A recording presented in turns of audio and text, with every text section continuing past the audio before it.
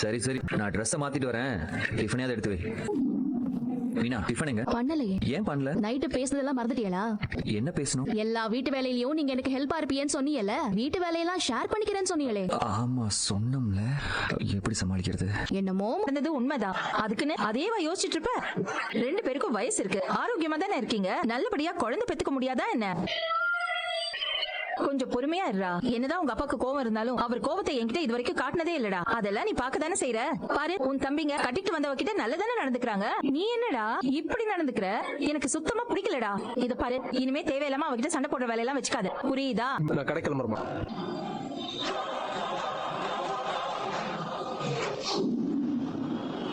வாங்க வாங்க உள்ள வாங்க, உட்காருங்க. பரவாயில்லம்மா, கதிரவன் இல்லையா? பக்கத்து. சரிங்க. தேங்க்ஸ்பா. ஏண்டா சரவணா, அப்பா கடைக்கு வர வாடிக்கையாளர்கள் நல்லபடியா சிரிச்சு சிரிச்சா பேசுற. அதே மாதிரி தங்கவேல்கிட்டையும் பேச வேண்டியதுன்ற. ஏண்டா இந்த ஒரே மாசத்துல பயில் கூட எத்தனை வாடி சண்டை போட்டுருப்பேன். ரொம்ப பேசுறப்ப இடையில குறுக்க பேச வேணாம், நான் அமைதியா இருந்தேன். இடையில நீ என்ன திட்டத்துலடா இருக்க, அதை முதல்ல சொல்ற.